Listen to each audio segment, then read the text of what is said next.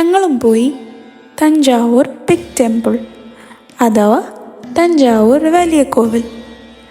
1000 വർഷം പഴക്കമുള്ള ഈ അമ്പലം ഒരു യുനെസ്കോ വേൾഡ് ഹെറിറ്റേജ് സൈറ്റാണ്, which is built by Rajaraja Chola, dedicated to lord Shiva. History class തന്ന് ഞാൻ നിങ്ങളെ ബോറടിപ്പിക്കുന്നില്ല. ഞാൻ അവിടെ നിന്ന് കേട്ട എനിക്ക് ഇൻട്രസ്റ്റിംഗ് ആയി തോന്നിയ കുറച്ച് കഥകൾ പറയാം. ആക്ച്വലി ഈ അമ്പലത്തിൻ്റെ ഏറ്റവും വലിയ ഹൈലൈറ്റ് ഇത് മൊത്തം നിർമ്മിച്ചിട്ടുള്ളത് ഗ്രാനൈറ്റ് വെച്ചാണ്. പക്ഷെ ഇതിൻ്റെ ട്വിസ്റ്റ് എന്താണെന്ന് വെച്ചാൽ തഞ്ചാവൂരിൽ 60 കിലോമീറ്റർ ചുറ്റളവിൽ എവിടെയും പാറകളോ കരിങ്കല്ലോ കിട്ടാനില്ല. അപ്പോൾ ഇത്രയും വലിയ പാറകൾ എവിടെ നിന്ന് വന്നു? ഏകദേശം 3000-ഓളം ആനകളെ ഉപയോഗിച്ച് ദൂരെ നിന്ന് കല്ലുകൾ ഇങ്ങോട്ട് വലിച്ചു കൊണ്ടുവന്നതാണെന്നാണ് ചരിത്രം പറയുന്നത്. Note the point. വണ്ടിയോ ലോറിയോ ഒന്നും ഇല്ല ആ കാലത്ത്. അത് പിന്നെ പോട്ടെന്ന് വയ്ക്കാം. ഈ അമ്പലത്തിൻ്റെ ഏറ്റവും മുകളിലേക്ക് നോക്കിയാൽ ഏകദേശം 80 ടൺ വെയിറ്റുള്ള ഒറ്റ കല്ലുകൊണ്ടുണ്ടാക്കിയ ഒരു ക്യാപ് സ്റ്റോൺ ഉണ്ട്.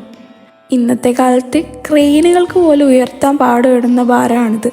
അപ്പോൾ 1000 വർഷം മുമ്പ് അവരെങ്ങനെ ഉയർത്തി? ഇതിന് കുറേ തിയറീസ് ഉണ്ട് ആക്ച്വലി.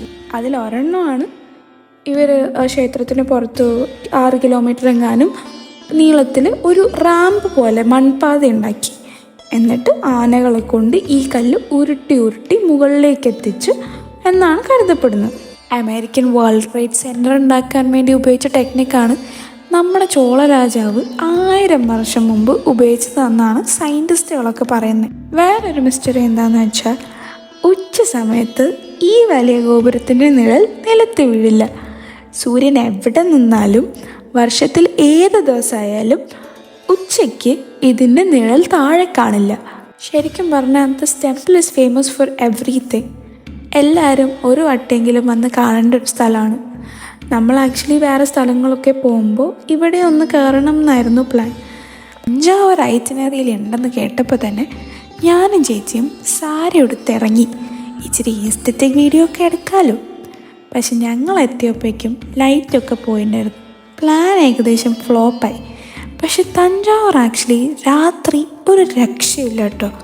മേ ബി ഫോട്ടോസിലും വീഡിയോസിലും ഒന്നും കിട്ടണമെന്നില്ല, പക്ഷേ നേരിട്ട് കാണാൻ അടിപൊളിയാണ്.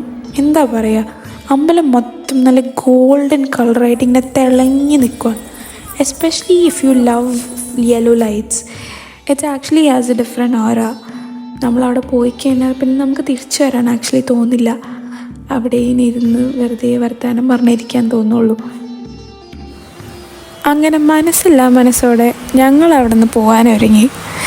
പോകുന്നതിന് മുമ്പ് ഗോപുരത്തിൻ്റെ ഫ്രണ്ടിൽ നിന്നൊരു ഫോട്ടോ അത് നിർബന്ധമാണ്.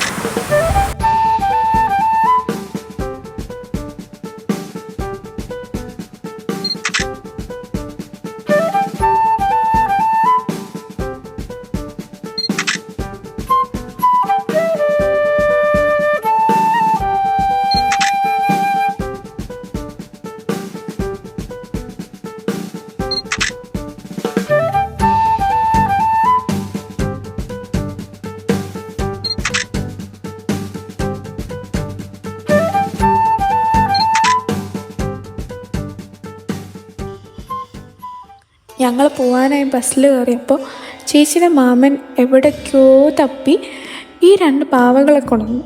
തലയാട്ടി ബൊമ്മ. ഇതുപോലത്തെ സ്പെഷ്യൽ സംഭവമാണ്.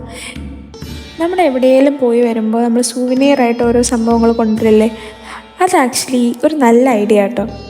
അത് നോക്കിയിരിക്കുമ്പോൾ നമുക്ക് അവിടുത്തെ മെമ്മറീസ് കിട്ടും. നമുക്ക് will feel like we are there. ഞാൻ അത്ര ഡെവോഷണൽ അല്ലെങ്കിലും I like to go to places like these. I think they give a different kind of peace, ഒരു escape from this fast living world.